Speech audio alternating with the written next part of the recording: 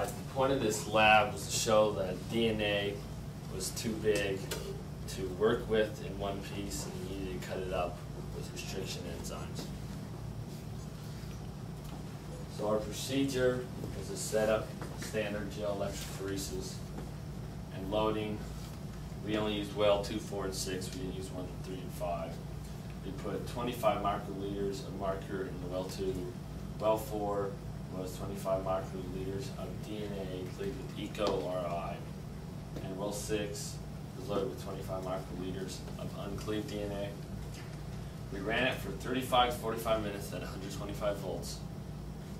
Then you turn off, remove the gel, counter stain, which is when you use those Insta-Stain, put it on top, and it kind of gets blue, and then you have to pull it out because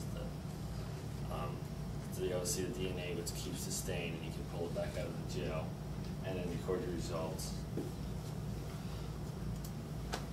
This is just a simulation of what our gel looked like, which one's over there. The blacks were blank, and then we just called them red, white, and blue. And it's actually, this is 1, 2, 3, 4, 5, 6. That's how we had it. It's just up there weird. That's how we were looking at it.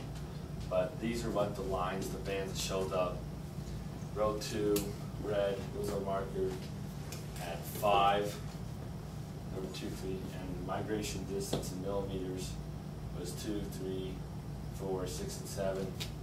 For white, which we cleaved with EcoRI, ended up splitting it into 3 pieces, and they moved 3, 4, and 5, and then millimeters. And the one blue, we did not cleave at all, only moved 3 millimeters, and it's just because the gel is kind of a web, and DNA moves with the reptilian action when it's drawn by electrical current. So the smaller it is, the bigger, faster and smaller holes can go without getting stuck. Base pairs just basically means how big it is, how long it is. A base pair would be just one of the A, C, G, and T. So A and T would be 1, C and G would be 1. How many? So the bigger the base pair number, bigger it is, slower it's going to go. And we figured this out because you put it on a graph with your markers. You end up getting a line, and then you just use your migration distance, and you can find out your base pairs.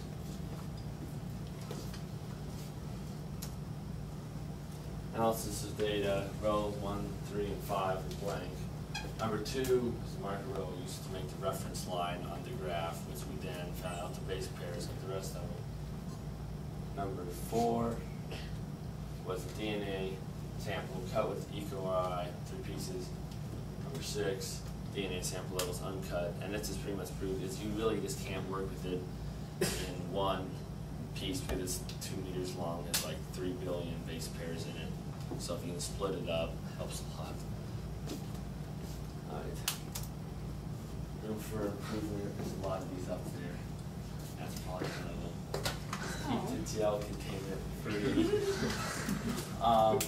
Do not overrun electrophoresis, do not overstain, don't get distracted while loading the wells or gel container because then you get bad results or they don't move at all. And you have to jerry-rig things, get it to work. And make sure the wires are in reach because if you move your container with the buffer in it and stuff, it can splash out your DNA in the wells and then not really pull